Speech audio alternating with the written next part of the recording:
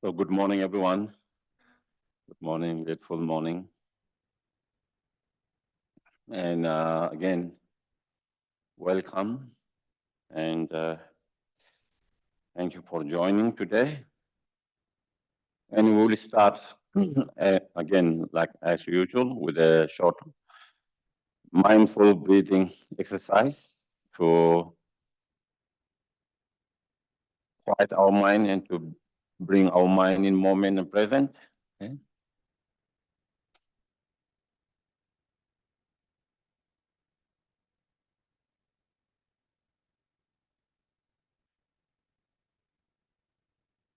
So make yourself comfortable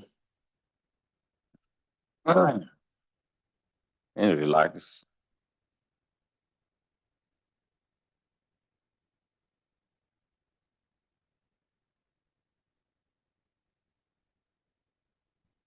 And keep your mind or attention on the breath.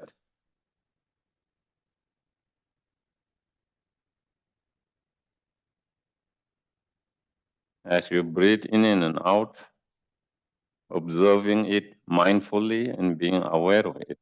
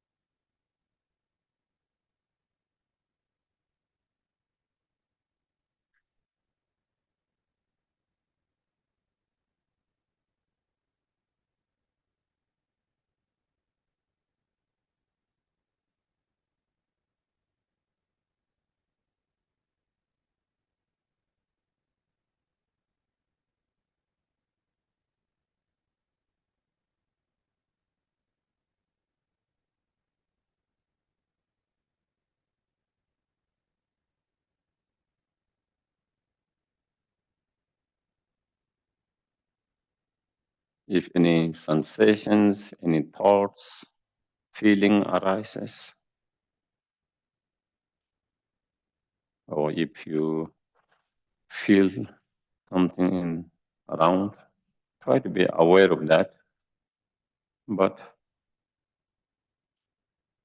keeping your awareness to the breath all the time.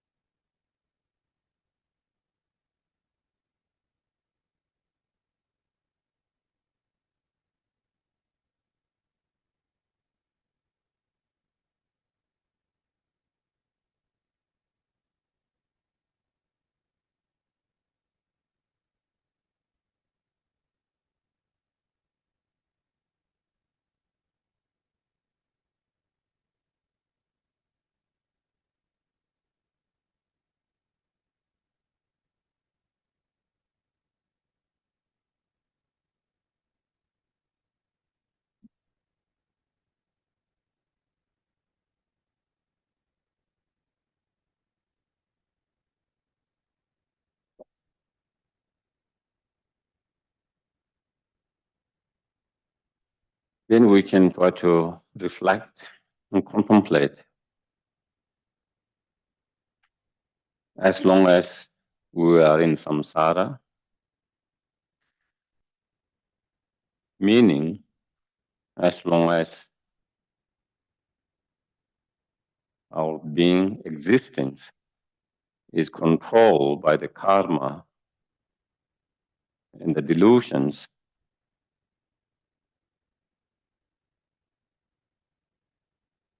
no matter where you are, which realms, whatever different status,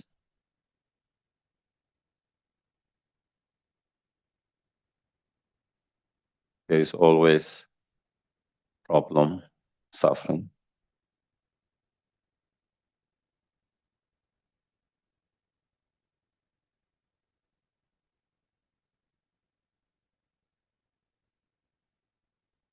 The problem and suffering never ends.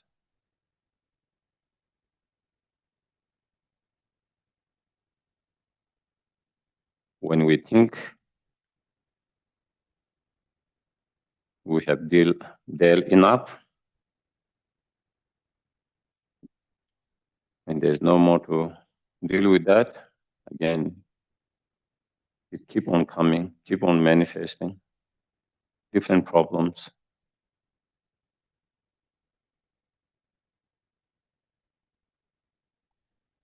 So it's never ending, tiring.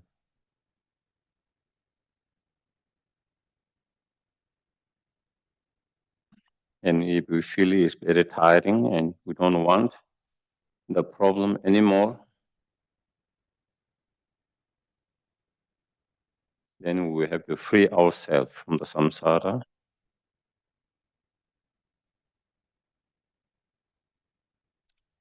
And to free ourselves from the samsara, we have to free ourselves from our own contaminated karma and the delusions.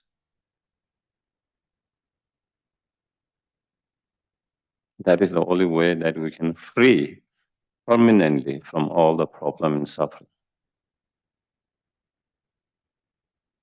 forever.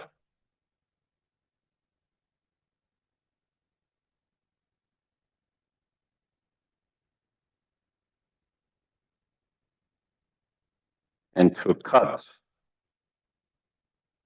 the contaminated karma and the delusions, then we have to actualize the antidotes for those afflicted emotions, such as the wisdom realizing the emptiness directly.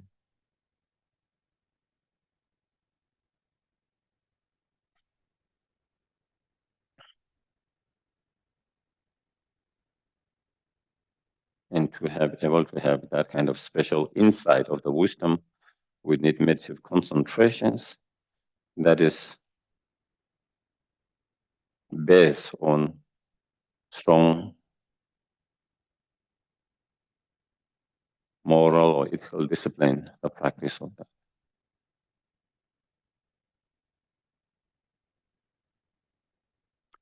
In order to free not just ourselves, but to be able to free others from all their suffering, cause of suffering, then the wisdom need to be supported by the compassion and bodhicitta mind.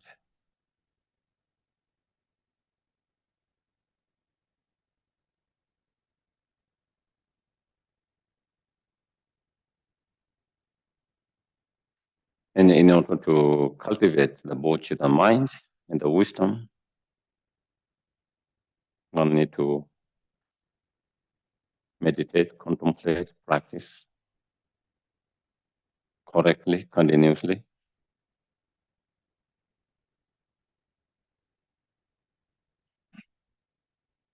And to practice, we have to be reminded of the practice all the time, especially when we need it during the difficult times.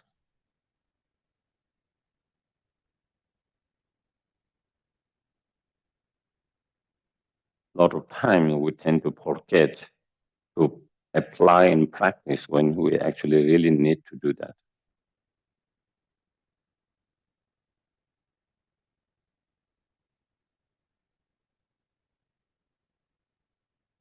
And may I ask coming here to listen and to engage in discussions, reflection, contemplation. May all of this become cause and conditions to achieve our highest potential, the fully awakened state.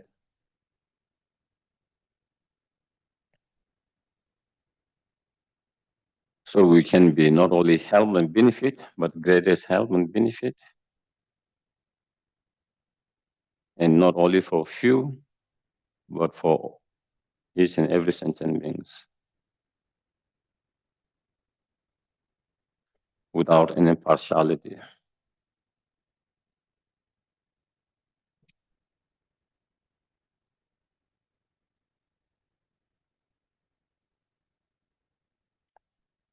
Okay, so then we can do the repetition bodhicitta prayer.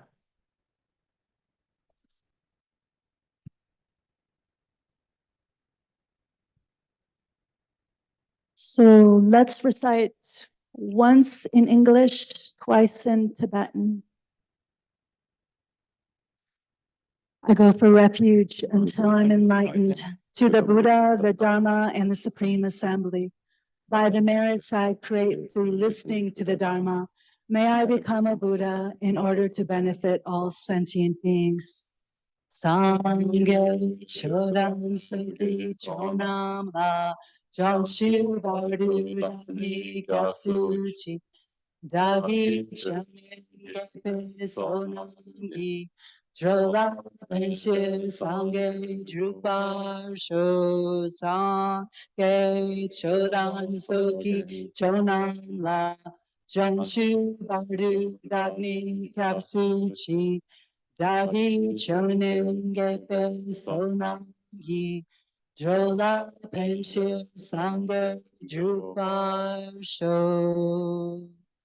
언제 도전이 없네. 또 어떤 방법에 담배천에 편집에 보담될 라차타. So we have finished from this particular Lamrim, the stage of the path to enlightenment. That was composed by the Third Dalai Lama. So we have been following this particular text, the titles, the refined gold. And within that, we have finished the practice, common practice of initial scope of capacity. And we are in sections where we had just started, where the practice of middle scope or middle capacity. And with that, last week we talked about, even through practices, even we are able to have better rebirth, higher rebirth, such as human life, demigod, God, whatever different higher level of the rebirth. But as long as we are in samsara, still we are not free from the suffering. We might have less suffering compared to the lower rebirth, less intense, but still you are not free from the sufferings.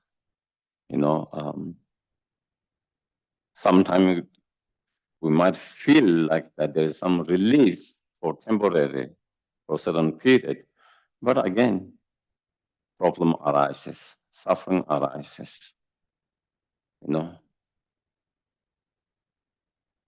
And that is the nature of the samsara. Samsara means sufferings. Samsara means imperfections. Samsara means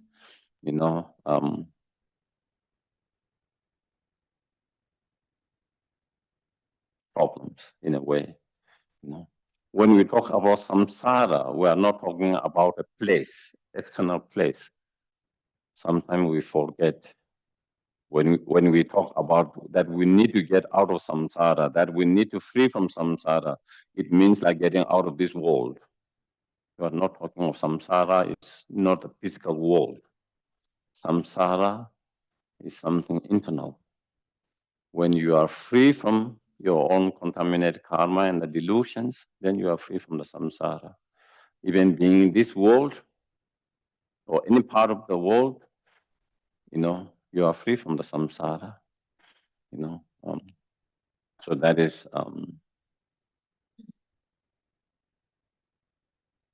So last week we talked a little bit about the 8 types of sufferings. And today maybe I will talk a little bit on 6 types of sufferings, because I think some students requested to talk a little bit on that. So to have a more understanding of the nature of suffering within the samsara. So in terms of 6 suffering, one of the suffering is the suffering of uncertainty.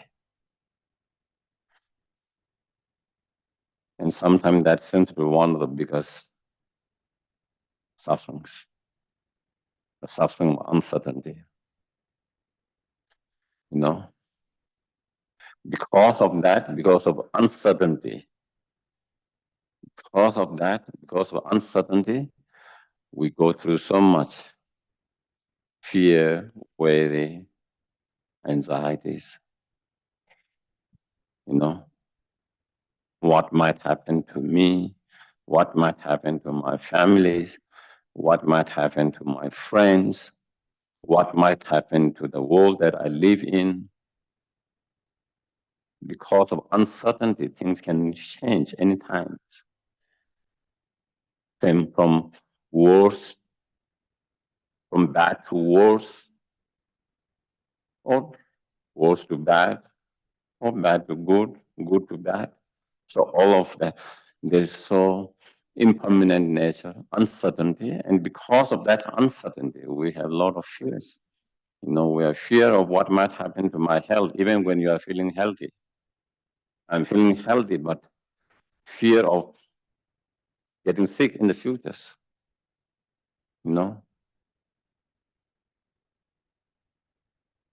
Even you might have a good job of financial security, but because of this uncertainty, you have fear of losing that good job, or losing that security that you have at the moment. So there's all. So we go through all that. Same in the relationship. Even you might have a good relationship, but again, because this uncertainty, things could change, and because of that, and you don't want to see that change, but because there is uncertainty that could change, so there is fear, worry, all of that, and then the uncertainty, especially of that your friends, families can turn into enemy. Something that nobody want to think about that. Nobody will wish that will happen. Doesn't want that to happen. But the fact and reality is the world is so uncertain that sometimes it happens very often. Fight among the siblings, fighting between the friends, conflict and fight between siblings, conflict and fight among friends, relatives. sometimes children and parents,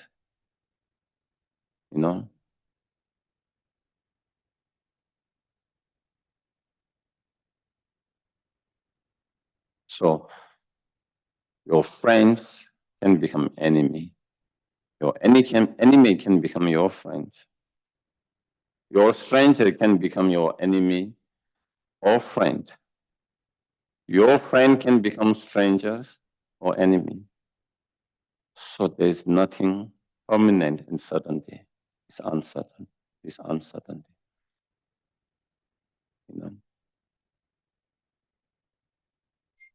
It is sad, but it's true, that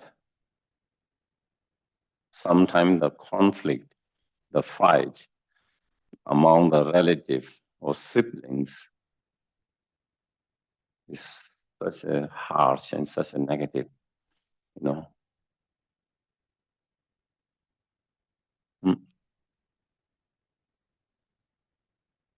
So again, so that is the suffering of uncertainty, and then one of the other suffering is the suffering of dissatisfied, discontent, dissatisfied, and that is another suffering that we go through,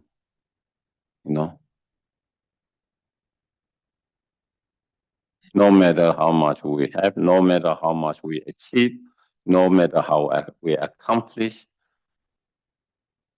not being totally satisfied and content. Always feeling something missing. Always feeling you need something more, better, bigger, or something else.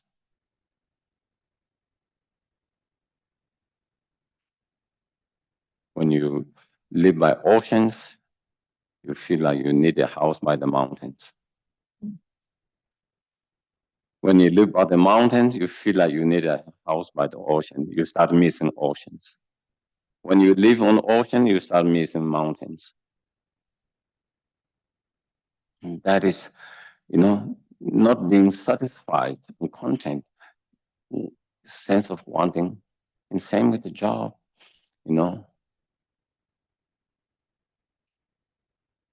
When you have good job, good paying job, then you feel like I'm not happy, satisfied with this job. Even it's good paying, I don't enjoy it. It's not meaningful. Then you find something you enjoy meaningful, then you are dissatisfied because it's not a well-paid job. Or maybe your boss or colleague that you don't get along, or you have. So there's always something wrong. It is hardly anything you say, all this just fine, I'm happy. Always there is something.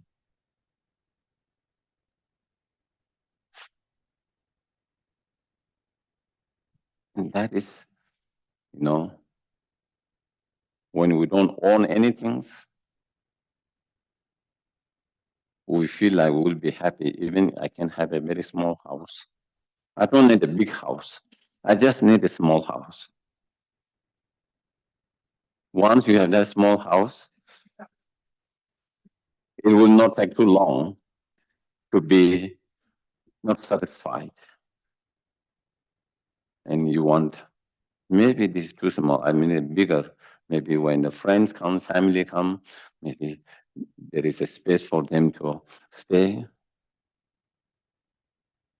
And not that, and after something is nice, but I need a house in the right neighborhood.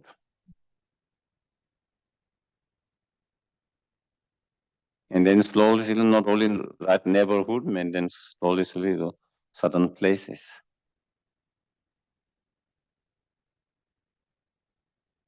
And that could be with the house, that could be the job, that could be our cars, all things, And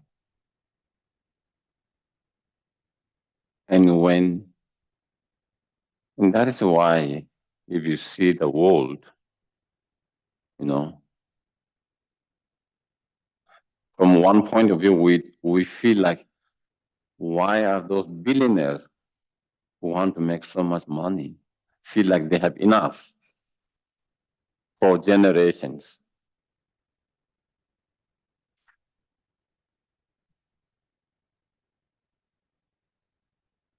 Isn't it? Sometimes we might feel that way, you know. And you feel, if I become a billionaire, I don't need to work more. I don't have to. I will be happy and satisfied. But once you become a billionaire, you might not. Then you feel like you have to be a trillionaire because your mind is not satisfied, content. A lot of people in the world, when they see our situations, we might not be very rich compared to them who are very rich. They would think, if I can have situation like we are, they will be just fine and happy. They don't want more than that. That is where I want to be. But once they are there, they might not feel happy. Why? Because of this dissatisfied mind, this discontent mind.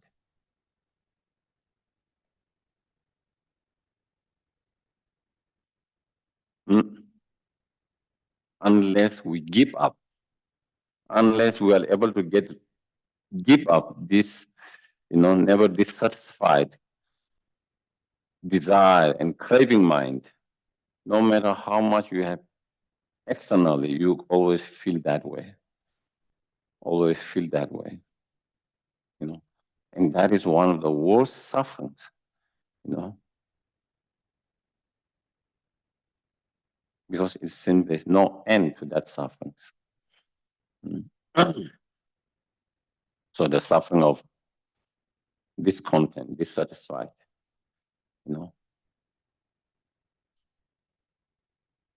and the sufferings of, up and downs, suffering of up and down, from having high positions and losing those high positions, from having a good reputations, losing those good reputations, from having a, fame and losing those fames, from being rich, having the wealth and losing them, from being very much liked by others, becoming unliked by others, So all that falling, no matter how high you cannot stay there all the time, one falls down, in the suffering of that, because you don't want to lose that, whether it's, your good reputation, whether it's the fame, whether it's that people being nice and liking you, whether it's the wealth, whether it's the good health, all of that, we could all lose of that. We could lose one of them, all of them,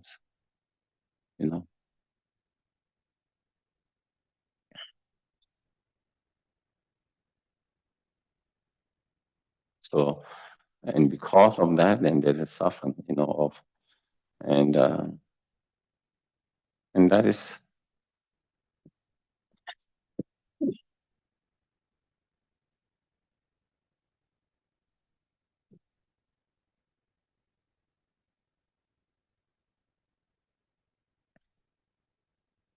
and if you look throughout the world, all the dictatorship, even though when the whole citizen doesn't want them to be in the positions, still they try to hold on that, using all the power, everything, violent, everything's.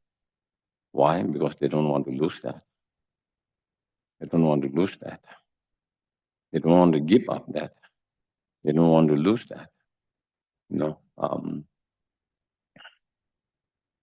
Mm.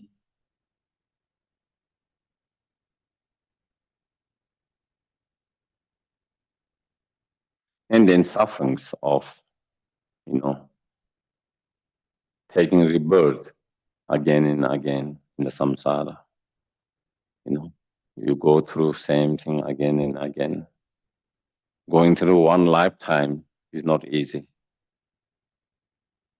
Being born and then having to learn everything from childhood, learning how to get, learning how to eat, learning how to, and then becoming teenager and going through all the struggle of the teenagers and going through adults and then all the other problems that come during those adults and then getting aged as we talked last time.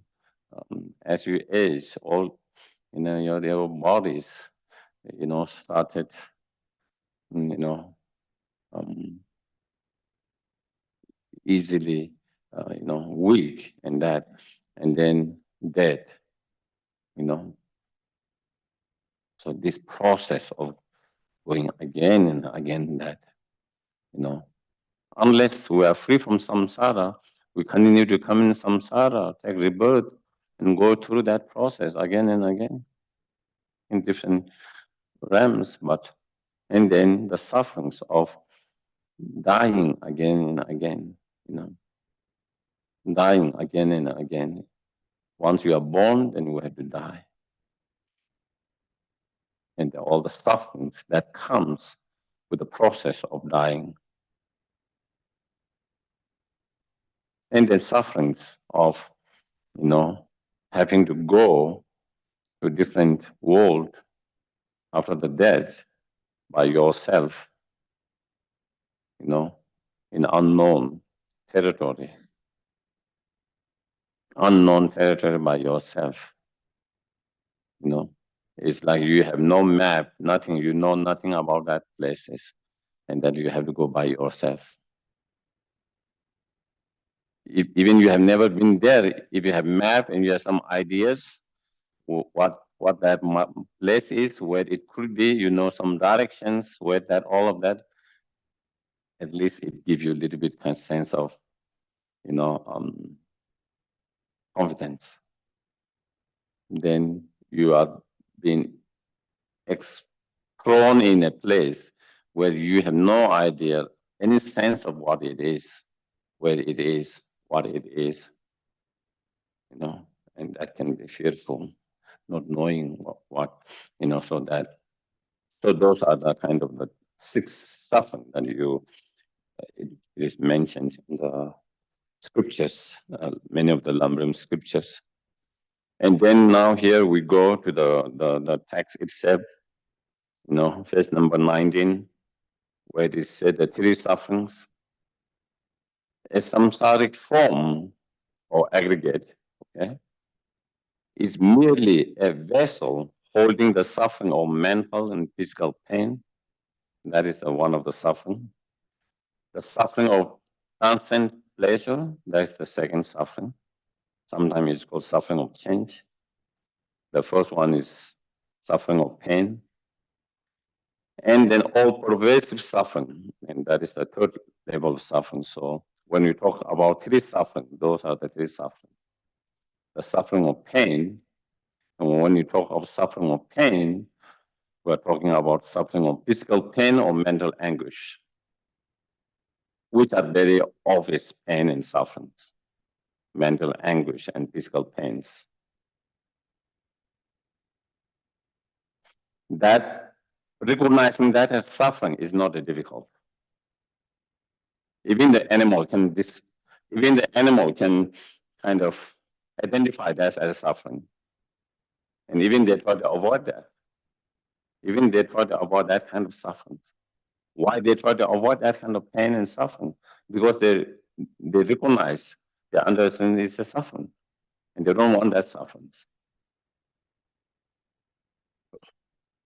Recognizing that as suffering is not so difficult.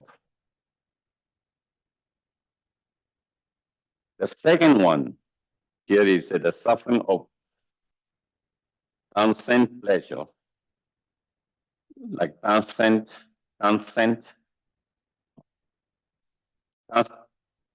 transcendent, transient.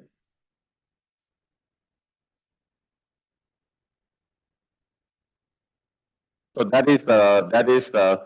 it means there's pleasure that does not last. Isn't that dancing men? Dancing. I think normally in many of, because again, as I say, different translators use different, normally they use suffering of change. Here, the translator have used different terms here. And that one is much more difficult to recognize and identify is as a suffering. We don't see that as sufferings. We see it as a pleasure, happiness. And we pursue such ones. If we see it as suffering, you wouldn't be attached to it. You wouldn't be running after it. You wouldn't be chasing after those experiences. But at the moment, we are chasing about those such experiences. We are running after those experiences. Why? Because we have not understood it as suffering.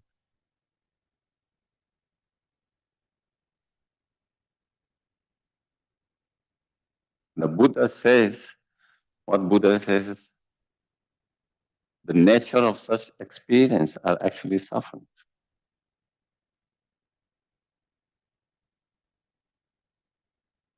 It's like the big hammer on our head,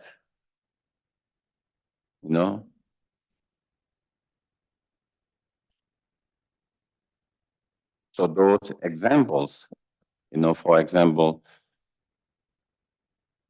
when it's too cold, you go in the sun or you turn on the heat or you make a fire. Too cold, you are suffering from the coldness. So you make a fire or go in sun or heaters, and there's warmness from that. And you feel warm and good and a pleasure. And that could be the other way around. It's too hot. It's too hot. The sun is too strong. Sun is very strong, like in New Mexico, And then when you are direct in the sun and with the heat, when you some certain times, so then again there is suffering of heat. And you go turn the air condition, or you find a place where there's shade.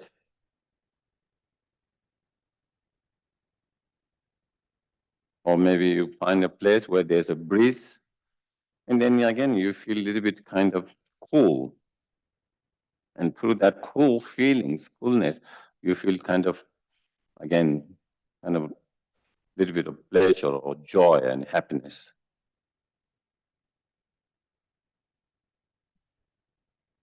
But both of those, joy, happiness, and pleasure, they do not last.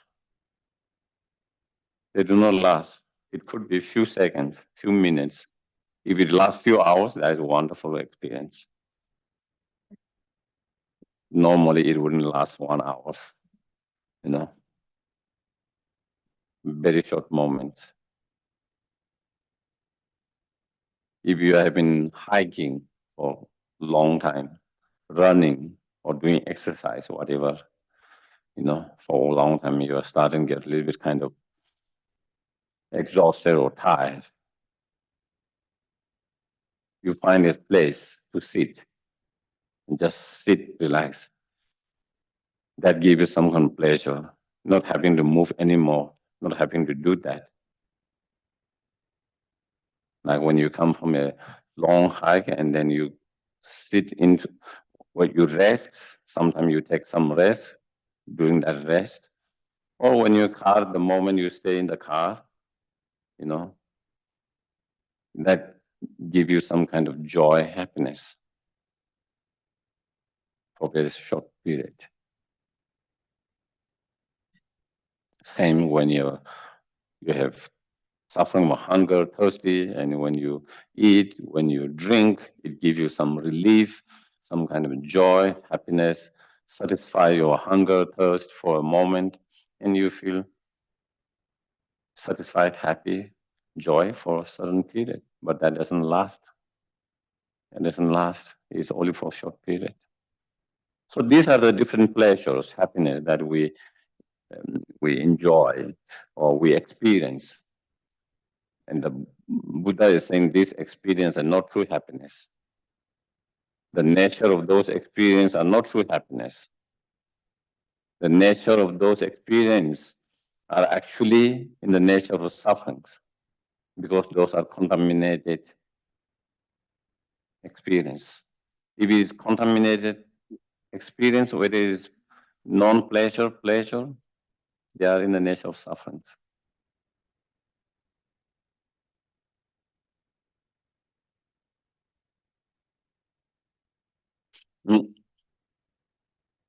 If they are in the nature of happiness, those experiences, if they are in the true nature of happiness, the more you experience, the more joy and happiness it has to bring. That is not the case.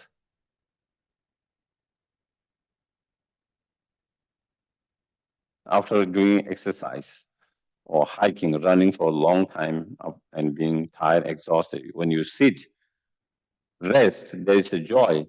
And if you rest and sit there for 2 hours, would you feel same way that you felt joy, happiness? Now you are ready to move, you are getting restless. If that sitting gives you true happiness and that extra true happiness, the more you sit, your pleasure has to increase more and more. First minute, you have that pleasure, happiness.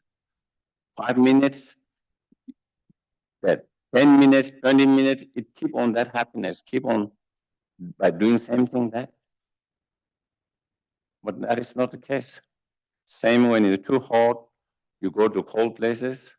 Again, you sit in the shade. After some time, you start to feel cold. And then I have to put this like this. I cannot expose this one in me because it's too cold. If that shade or breeze that give me some kind of joy and happiness at the very beginning, if that's true nature of happiness, the more I'm exposed to it, the longer I'm exposed to it, I have to have more joy. It continues to give joy or even more. But that is not the case. Same with eating. If you keep on eating, what happens? After some time, you know?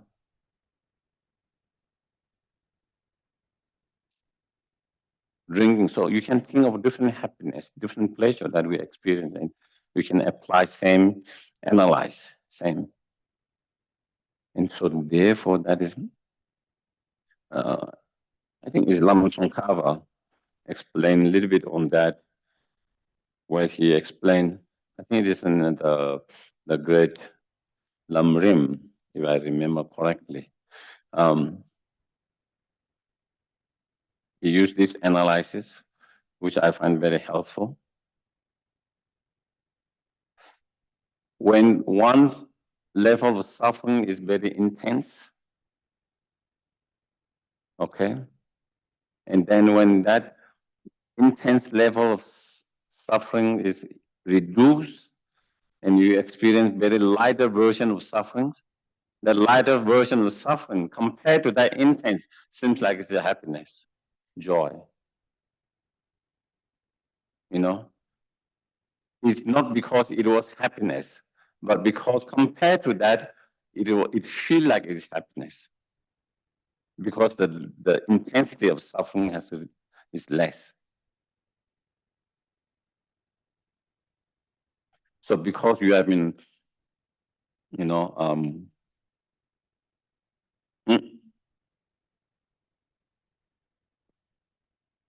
so it is not necessarily is a happiness. In nature is happiness. It is still suffering, but it's such a light compared to the other ones, then you feel like it's a joy and happiness and pleasant. But actually, its nature is that, the sufferings. And I think it's true. If we think of many different experiences in our life, you have intense sufferings. You experience intense suffering at a certain time, and through different, whether it's the medications or through different things, your intense suffering have been reduced. Even though suffering is not gone, still the suffering is there. When it's reduced to so much level, you feel like it's such a relief, such a joy, such happiness to be in that state. It doesn't mean that you are completely cured. You still have the illness, you still have the sickness, you are still, but compared to that, it's like such a relief that you feel like it's such a joy and happiness to be in that state.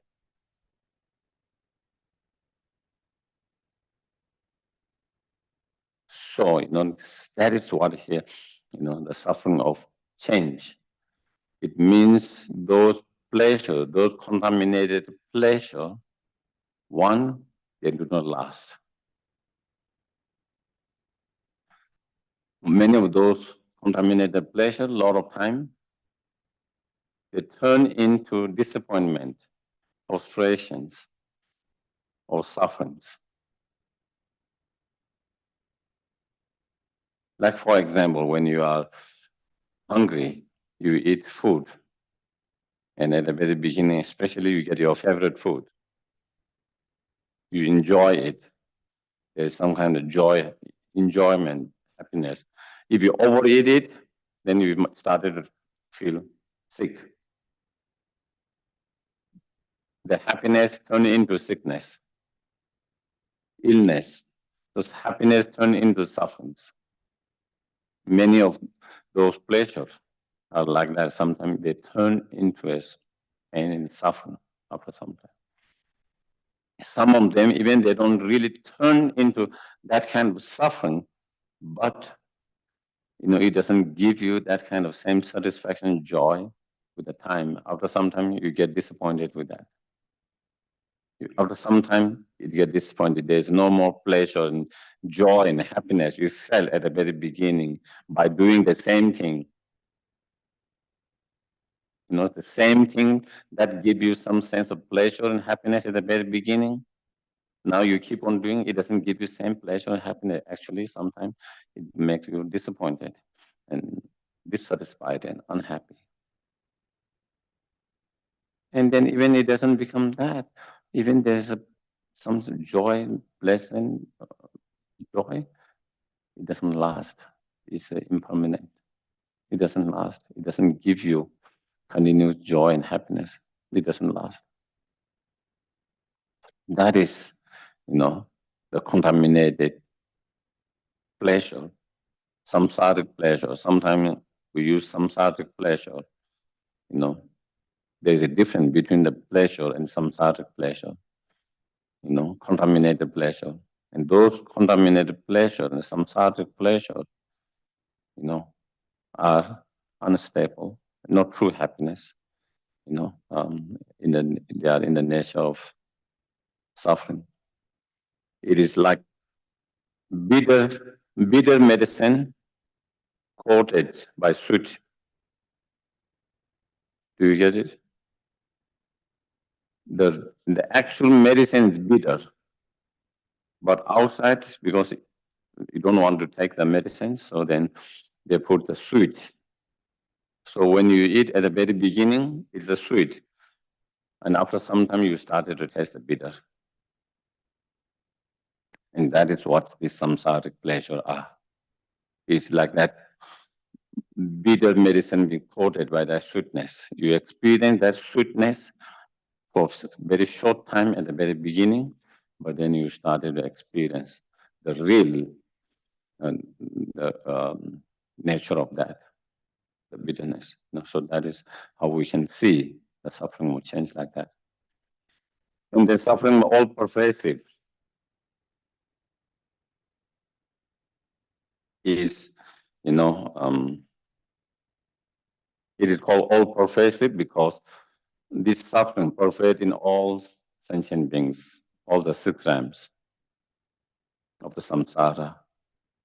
The suffering of pain does not pervade in all 6 realms. Even the suffering of change does not pervade in all the 6 realms. But third one, and what it means is, here, when you talk about suffering, sometimes I think maybe we might have a problem with the word, but suffering here doesn't mean pain, okay? It doesn't mean neither mental anguish or physical pain.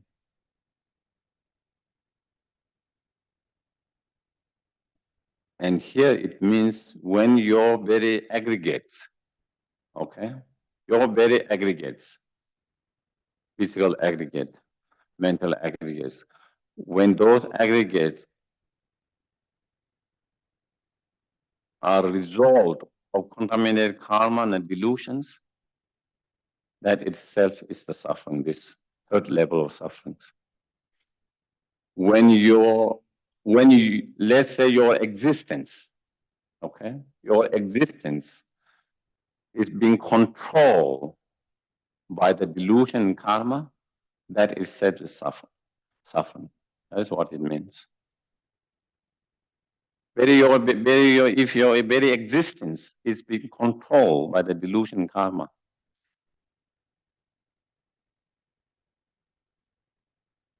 how does that suffering? How is that suffering? Okay.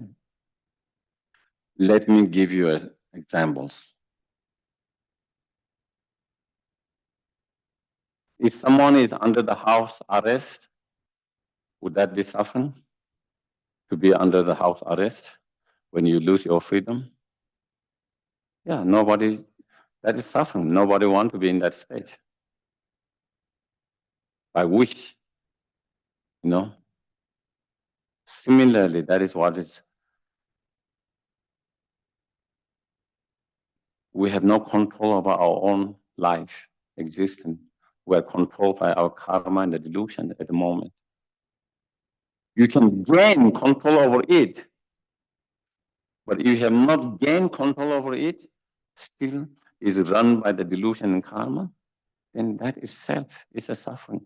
Because in that cases, you are the prisoner of your delusion and karma. You are the slave of your own karma and delusion. When you are the slave, a prisoner of your own karma and delusion, that itself is suffering.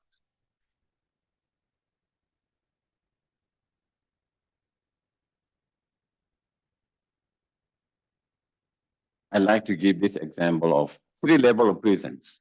Okay, the worst prisons where there's very small cell, dark, not even a window. In many cases, being tortured, So that is. Then there is another level of more lighter, better levels where you have better rooms, bigger rooms, where you have light, you are treated better, And then there is another level of prison, is like the house arrest,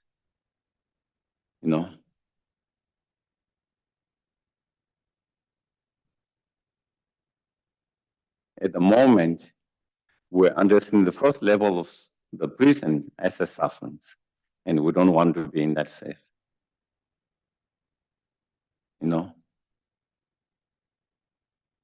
But we haven't understood, And so our inspirations at the moment is, instead of getting out of samsara complete from all the prisons, is I want to get to the second level of prisons, or the third level of prisons, because you haven't understood. Even those level of prison is still prisons. You have no freedoms. And that is what it is at the moment. When we talk about freeing from the suffering, we only think of the obvious sufferings, the suffering of pain. We don't really think We don't really think of wanting to free from not only the suffering of pain, but also from the suffering of change and suffering of all pervasive.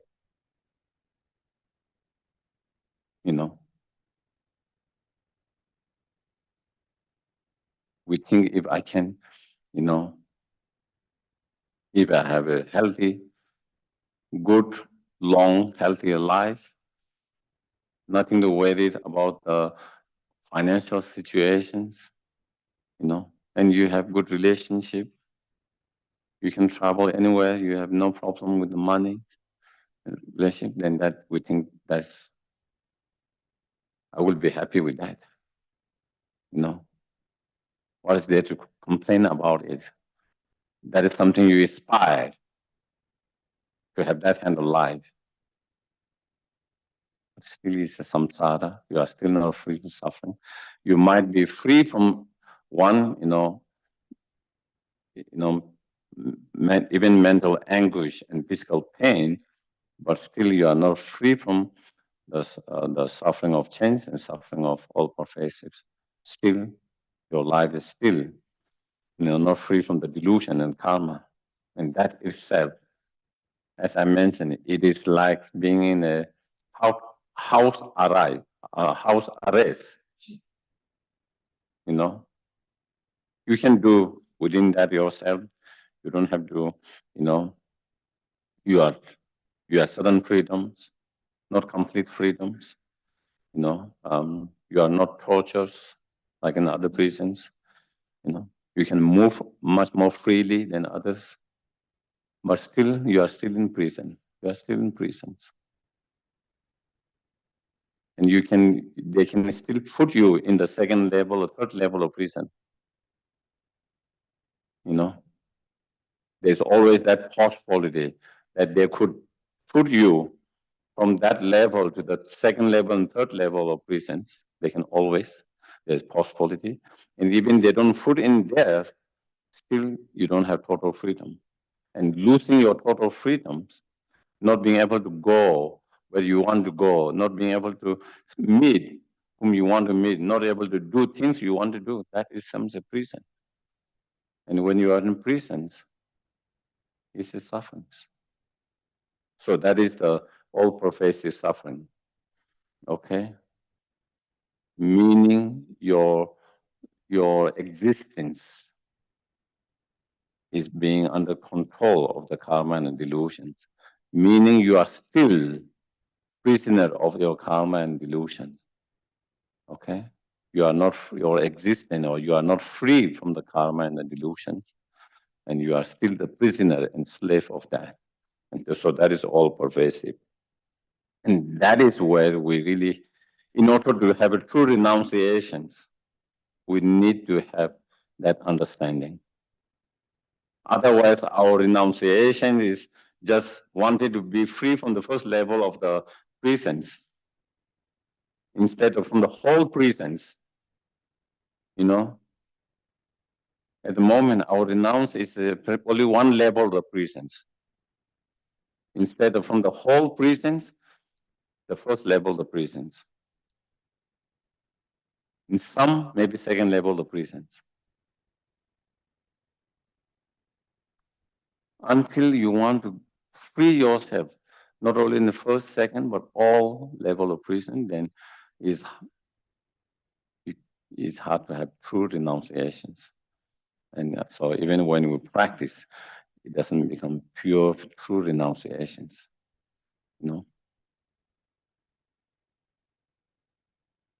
It's like you are fighting in the court. Instead of fighting to get out of prison, you are trying to fight in the court to get released from the first level so you can be in the second level.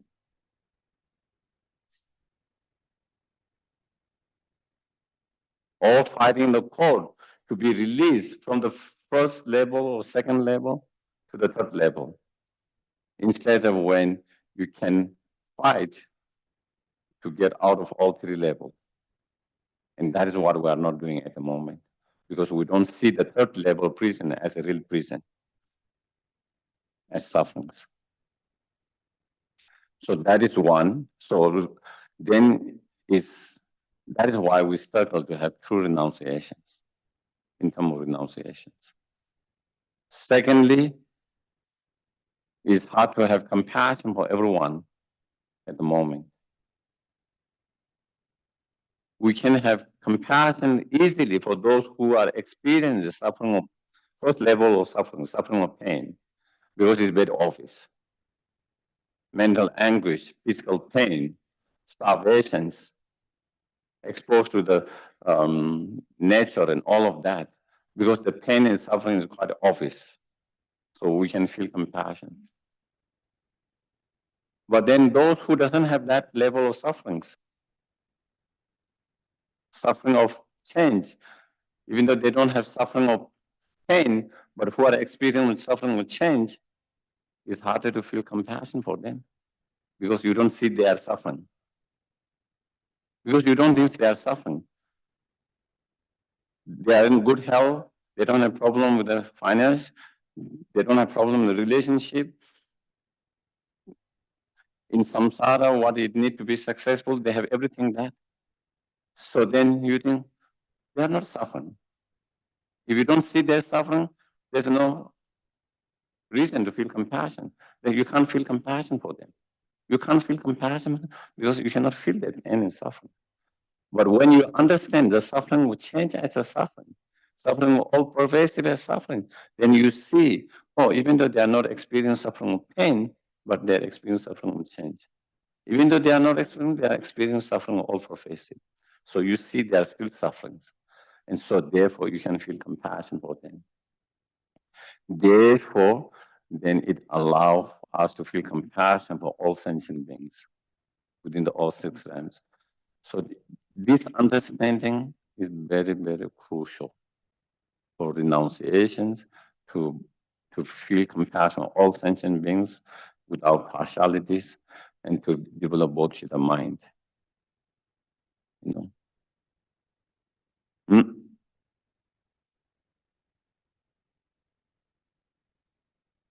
So there, because sacred existing by nature all pervasive sufferings, you never know any joy or happiness not courted or embraced by misery and frustrations.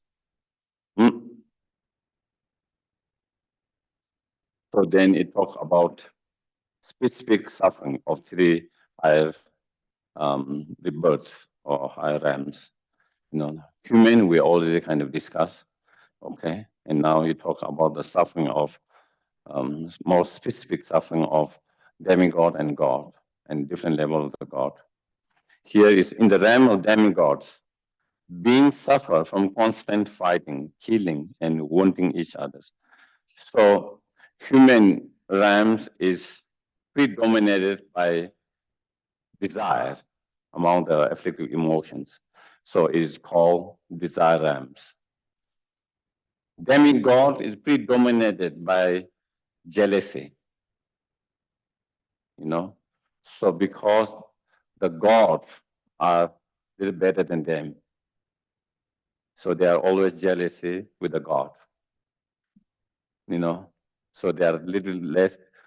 The gods are a little bit better than them, and the other level, and so they have this jealousy, and because of that jealousy, then you know they constantly get in a fight with the gods, and through such fightings, you know, then you know, killing each other or wounding each other's, you know. So above that demigod, above that the realms of desired God. So they are again within the Buddhism. There are so many different type of gods, you know. Desire God, form God, formless God.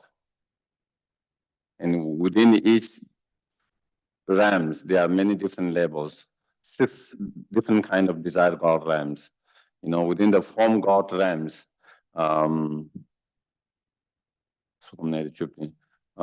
17 level of form God realms. Formless God realm, there are 4 level of formless God realms. So, you know, so I think here, so coming to the desire God, in the realms of desire God, when the five signs of oncoming death manifest, the beings suffer more than do the hell that denizens. Okay? So again, while they are alive, they have less suffering like human beings. Okay, they don't have like suffering like us. Yeah. But at the time of death, also they are still not free from the karma and the delusions, and so therefore their karma run out to be in that God realms. And when it comes, there are signs of the death, and then there are five signs.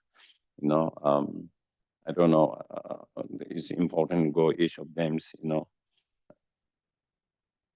Yeah, like before they don't smell. At that time they started to smell. Normally they don't sweat. At that time they started to sweat. They have a natural flowers, and those flowers started to decay. And they somehow have problem disliking the cushions or sittings and like that. So those are some of the sign of death coming. And so again, because once they see those signs coming, and so then when you started to have those signs, the other God kind of outcast you. The rest of the God doesn't have that, the sweating, the smellings, and all of that. So then they started to outcast. So that kind of suffering that they go through, talking about that at the time, just before the time of death. As their splendor here, as their splendor fades, they are shunned by the others' gods. They know boundless mental anguish. Still, higher in samsara, the god of the form, the higher in the desired God realm is the form God realms. And on top of that, then there's formless God realm and the formless realms. And although they do not experience suffering or immediate pain, so all these God realms, they don't have the first level of the suffering of the pain, which means physical pain and mental anguish like we experience in human life. So they are free from that, so they do not experience suffering or immediate pain. Those of first three levels have the suffering of transcendent pleasures. So within the form realms, there are mainly the 4 different levels, and then within each levels, then there are more, and so that's why it becomes 17 in total. But in the first 3 levels, even though they don't have the sufferings of the pain, they still have the second suffering of change. They still are not free from the suffering of change. And of course, all pervasive is everywhere. Those 3 levels have suffering of transcendent pleasure. And those on the 4th level and the formless, all 4 formless level, must endure all pervasive suffering, which is likened to an unruptured boil. And so then the formless and the 4th level, they don't even have the suffering of change. So what they have the 3rd level change, the suffering of all pervasive. So if we don't understand the suffering of all pervasive as a suffering, then there is no basis to feel compassion for those in the God realms, such as in formless God realms, and the 4th level of that God realms, because they don't have the suffering of pain, they don't have suffering of change. But if you understand the suffering of all pervasive suffering, then you see they also are not free from that suffering, so they are still suffering, and then you can feel compassion for them. So in terms of that, and in terms of also when you see that is also they are not free from sufferings in that way, then again, also we don't get attached to that. We don't get attached to those ramps, you know. Yeah. Wanting to go there, being attached to that. Think about this general, those suffering in general, and specific suffering of the various realms, the 6 realms of the samsara, and then strive in every possible way to attain nirvana. That is the liberations from them all. So when you try to generate the wish to achieve liberation, nirvana is not only from the realms where there is suffering of pain, but from all the 6 realms, from all the sufferings. Such a state is not without cause and conditions. So the nirvana or liberations. So what is nirvana? What is the liberations? Again, just as samsara is not physical world, physical place, is a mental state. Same is the nirvana. Liberation is a mental state, not a physical place, world where you go. You know, when your mind is free from all the delusions and the contaminated karma or potentials that is created by the delusions, when your mind is free from all of that, then that is nirvana, that is liberation. The liberation, nirvana, can be here in this very place, in this very moment. This very moment where your mind is free from the contaminated karma and the delusions, that itself is nirvana, liberation. You have achieved liberation, nirvana. And when your mind is not free from the contaminated karma and the delusion, when your mind is controlled and overpowered by the delusion and karma, that is the samsara, regardless wherever you are. And such nirvana does not, just as the samsara is created by cause and conditions, so is the nirvana depend on cause and conditions. It doesn't arise without cause and condition. Such state is not without cause and conditions. So what are the cause and conditions? So, so it becomes so trained in the practice that bring the actual attainment of liberation. So it is not enough just to wish liberation nirvana. Wishing, inspiring liberation nirvana is not enough. You have to create the cause and conditions that lead to that. Just wishing to is just not enough when you are sick. Wishing to get cure is not enough. Wishing and praying to get cure is not enough. You have to take the treatments. Whatever treatment it is available to cure it, the cause and condition. Same way, you develop the inspiration, the wish to achieve liberation, but it is not enough, just that wish, inspirations. And then you need to train and practice that lead you to that liberations. And what are that? Example, the practice of 3 higher trainings. So engage in the practice of 3 higher training. So what are the 3 higher training? So then ethical conduct, okay, or moral discipline. And that is first. Second, meditative concentrations. And third, the wisdom, realizing the emptiness.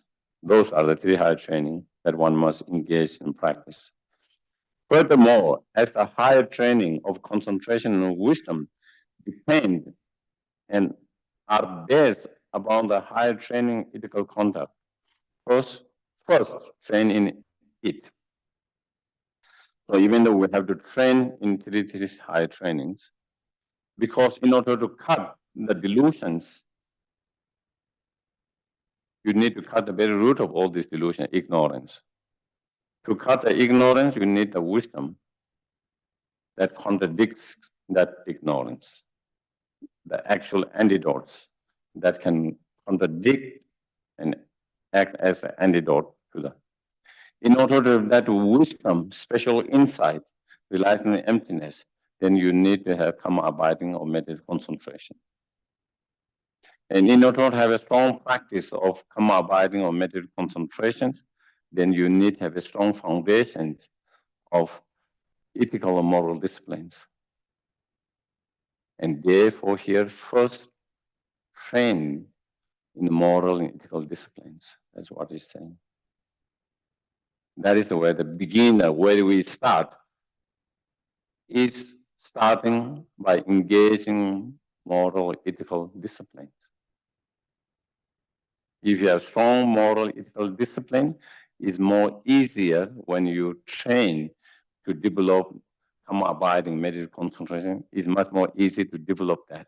With that, the stronger foundation, you have moral discipline. And if you have a strong abiding meditative concentration, then you can develop special insight, the wisdom.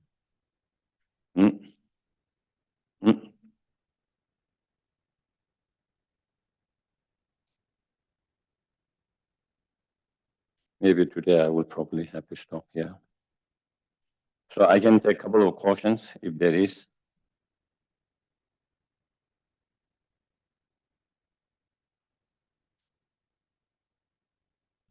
Hi, are there any questions online or in the Gompa? Okay, we'll take our first one from Andrea. Thanks, Geshe. I just have a clarifying question. So you were explaining that samsara and nirvana are not a physical place. The realms that you're describing are a physical place?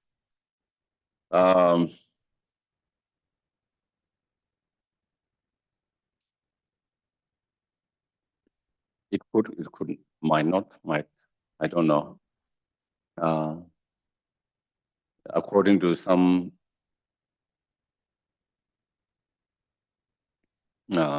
commentaries, like Vasubandhu's, Abhidhamma Koshas, and some others, they present as it is a physical world. Then you also see in some others, other commentaries where it presents more as a manifestation of your mind, not necessarily a physical world, but more manifestation of your mental state, your mind, and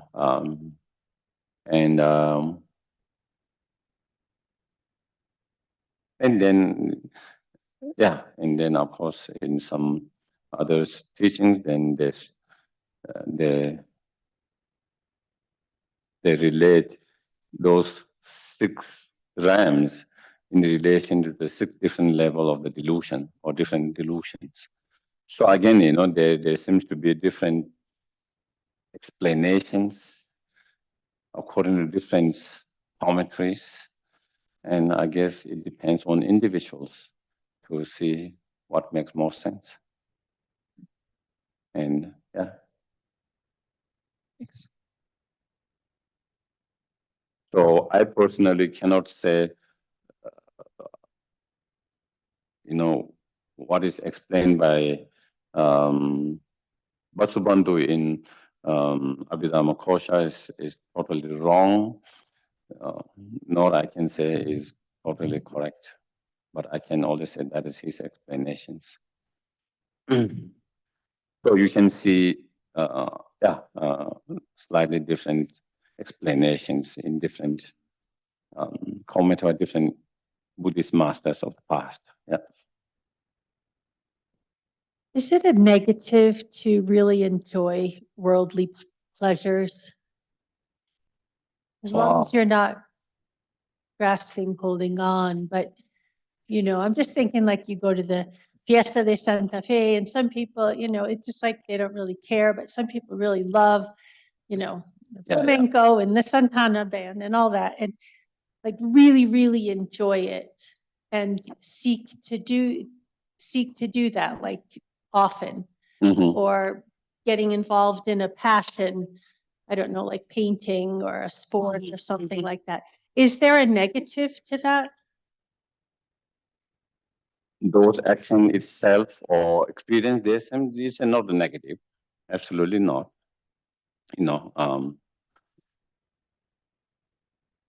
As you just brought up or as you raised, as long as we don't get attached to them, this is not a problem. If we are attached to them, it's one problem. But one other thing is,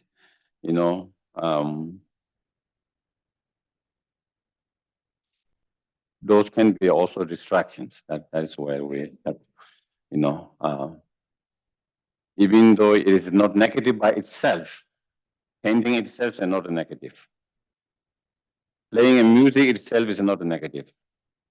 Playing a sport itself is not a negative. And enjoying them is not a negative. But also it can be distractions because, if I spend so much time on all these things, where will I be to find the time for my practice and truly meditate? And so through that, then you can lose the opportunity to work with your mind and practice and probably improve and make more progress. So there is that particular shortcoming if we spend too much time doing that and not being able to kind of find the time to our practice. That's one thing. Of course, is another thing if someone can bring practice into all of that. It can, but I think sometimes it just can be just, kind of, it could be just kind of deceiving ourselves. Yeah, illusion and deceiving ourselves. It's possible someone can actually, it's absolutely possible someone can actually bring the practice and apply the practice while playing the sport, while enjoy the entertainment, whatever that is, and really apply that and not get distracted by that, and doesn't become just a ordinary kind of activities, but it becomes a spiritual practice is possible, but I think it's very hard for most of beginners, practitioners to be able to really bring practice and to be, and so beginners sometimes that can be distractions. So that is more than negative, it can be a distractions. How do you know if that is a part of a spiritual practice? For example, I mean, I'm just thinking to make connections with other people when you're in community like that, it's sometimes it's alleviating suffering from lonely people. Like, is that what you're talking about, it being part of the practice? No, what I'm saying, like while, for example, while you are engaging whatever those of entertainment practice, enjoyment, whatever form of enjoyment, entertainment, someone can be able to see all this while they enjoy it, but to be able to see it as illusions and not get attached to them. They see all this, what I'm experiencing is the illusions. What I'm experiencing, the object of those, whatever enchantment, that are illusion. My experience is also illusion. I myself is illusion. So to be able to really feel and understand that is a way of bringing practice in that. And of course, there are many other practice. People can bring mindfulness practice while you are doing that, totally being mindful and aware moment by moment, so that you don't kind of lose that, constantly being very aware all the time while you are kind of, experiencing, enjoying that, so bringing the mindfulness, and of course there is also other aspect of practice, bringing compassion, bodhicitta as well. So while you enjoying or engage in those whatever entertainment that give you joy and happiness, but at the same time, it doesn't become just an ordinary enjoyment and but there is some practice in it, with the right intention, motivations, and everything, then it could be a little bit transformed. But what if it's something like transporting, like let's say you're painting, okay, and 2 hours go by and it feels like 20 minutes or 2 minutes, you know, you're literally caught up in whatever that Mhm. that is. Is that a negative? No, Because I you're not said, actually mindful in that moment. It's like you're actually transported to something else. You're not, it's almost unworldly. yeah, as I mentioned, I wouldn't say those negativities. Painting is by nature is not you can't say it's a negative. But as I said, it can be distractions. That is the things like I had that experience when I was young. I like to paint, drawing, painting, and I sometimes I spend hours. When you get into it until you finish it, you don't want to stop it, and sometimes like even it is time for sleep, you don't sleep, you overgo over the time to sleep, or sometimes you, and so that is also one of the reasons I have not gone back to that, because I know if I go back, I could spend a lot of time in doing that, and so it is in my, I have to make decisions. I have limited time.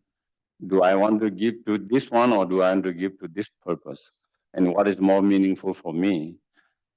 Everyone has different, they have to make their own decisions. But let's say if I have 2 hours, 3 hours a day that I can either spend on reading, studying, meditating, practice, or I could spend on, let's say, example of painting that I really love, I used to love, um,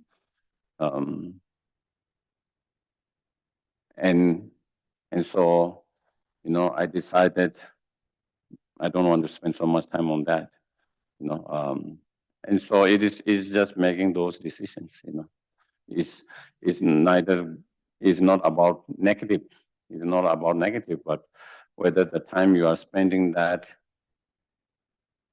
how meaningful it is, and can you spend that time to something else is more meaningful or not?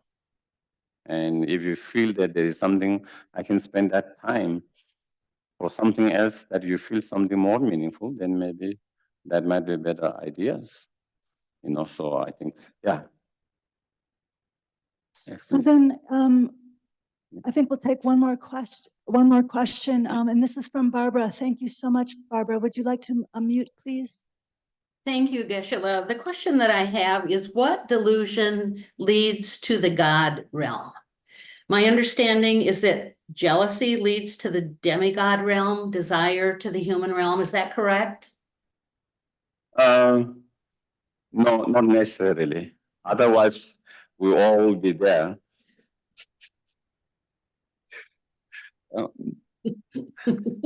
Uh, actually, to reach to the God realms, you need to have certain level of meditative concentrations. You know, so forget about delusion. Even with other virtues, you cannot have. If you don't have meditative concentration, certain level of shamatha, you cannot be born in one of the God realms. To be born in those God realms, each different God realm, you need to have a higher level of meditative concentrations. The formless, to be born in a formless God realm, you need to develop higher level of meditative concentration or shamatha, the formless shamathas, and those 4 levels of formless shamathas. And so to be born there, then you need, you know, so yeah, to be born as a human being, basic, we need to have a strong moral discipline. That is, you know, for a human beings, moral discipline, you know, basic, and then supported by the generosity and other practices as well. To not only have a human realm, but better human realms, precious human realms. And then in God realms, you need to have those different level of concentrations. So, there are certain practitioners who want to be born in those realms, and therefore they engage in those meditative concentrations, and they develop those shamatha and abiding, and through that, then they can be born there.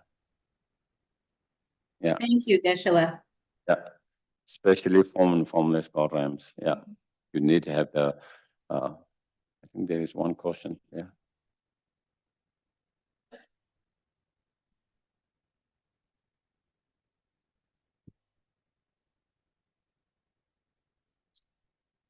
So I have a question regarding to be so connected to hobbies satisfaction, like a sport or painting. So is it a good practice, feels good inside to imagine like at each moment to remember to attach to that hobby that makes you feel good and detach in each moment? Seems like there's a sense of peace inside, like that hobby could be here today but not be there tomorrow. So it's a balance. Yes, Is it good? definitely. I think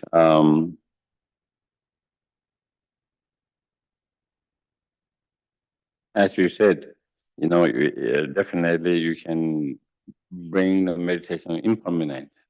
What you are saying, impermanent nature of that. The feeling itself that you get good feeling from sport, painting, music, whatever you do it. There's a feeling of pleasant feeling, good feeling coming from that. Again, reminding and practicing. I shouldn't get attached to these feelings because these feelings does not last. It's impermanent.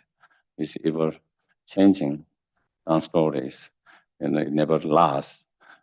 Even the act of painting or the act of music or whatever that play, whatever that, even that action itself is impermanent. Is here now and is gone next moment. This moment is change. It changes moment by moment. Moment by moment, it decays. It arises moment by moment and it decays moment by moment. So there's nothing permanent to hold on and cling on and grasp on. So, while you are doing that, that is another way of bringing practice, meditations into what you are doing.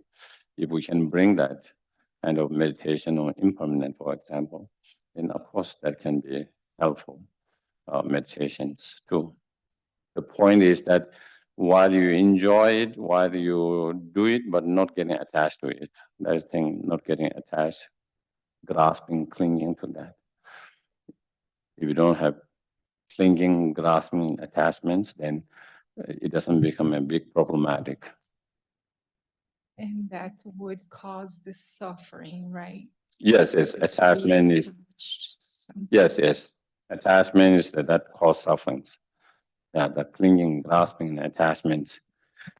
It is not the act itself that brings suffering. It's not the experience that you feel pleasant that brings suffering, but it's the attachment and clinging and grasping to that bring the sufferings.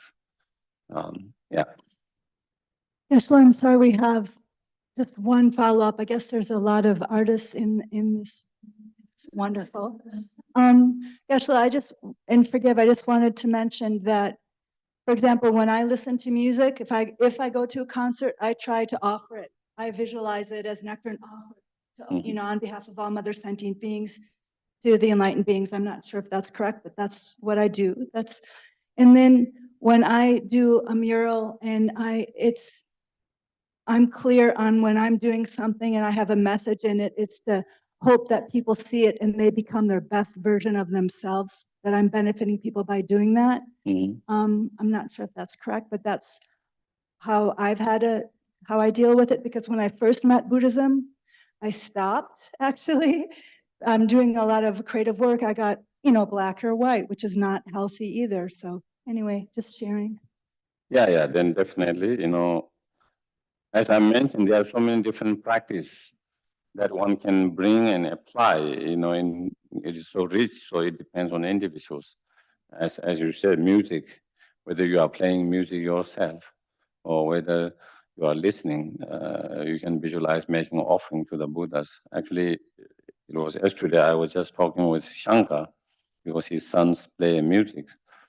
So I was telling him, maybe tell him that whenever he play himself or with a group, think that he's making offerings. Not only the audience, but also the enlightened beings, the Buddhas and all others. So there are those practice you can always bring and apply that. There's so many different practices. One, if we go all of them, then it can be over. Whatever practice that one can connect individually, different people connect more strong with a particular practice than others, and whatever practice you connect more, you try to bring that and apply that. So the impermanence of these activities is actually, like, I think it's what really makes me appreciate them so much. Like, it's so special because it's a short period of time, right? Mm-hmm. Yes. Is it? Okay, well, okay, but is that, so you're actually enjoying impermanence? Is that right? Like, is it that you're addicted to impermanence? You're like attached to impermanence in that way? Not necessarily. In some cases, yes. Not because of the impermanent itself, all the time. I think we don't enjoy when impermanent happen from something good to bad.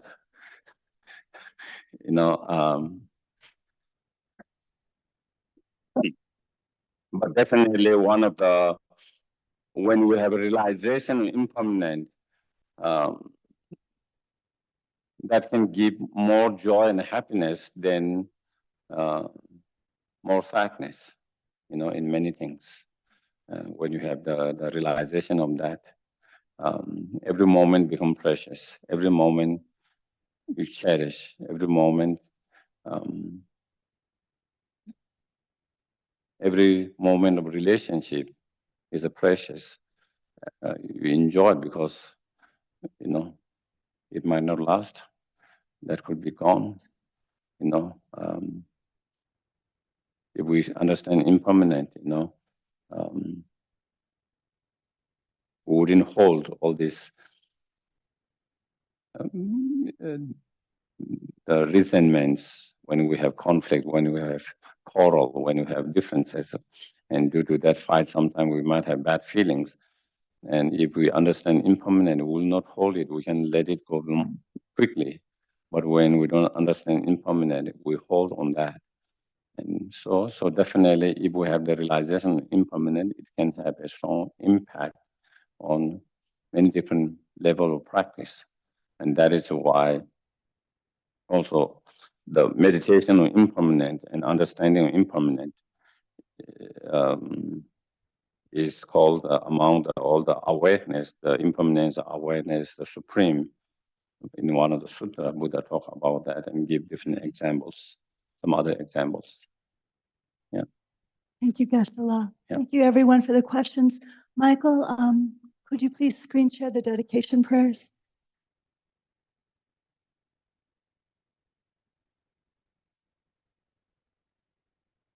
We'll recite Master Shantideva's prayer, please. Thank you. May all beings everywhere plagued by sufferings of body and mind obtain an ocean of happiness and joy by virtue of my merits. May no living creature suffer, commit evil, or ever fall ill. May no one be afraid or belittled with the mind weighed down by depression. May the blind see forms and the deaf hear sounds. May those whose bodies are worn with toil be restored on finding repose. May the naked find clothing, the hungry find food. May the thirsty find water and delicious drinks.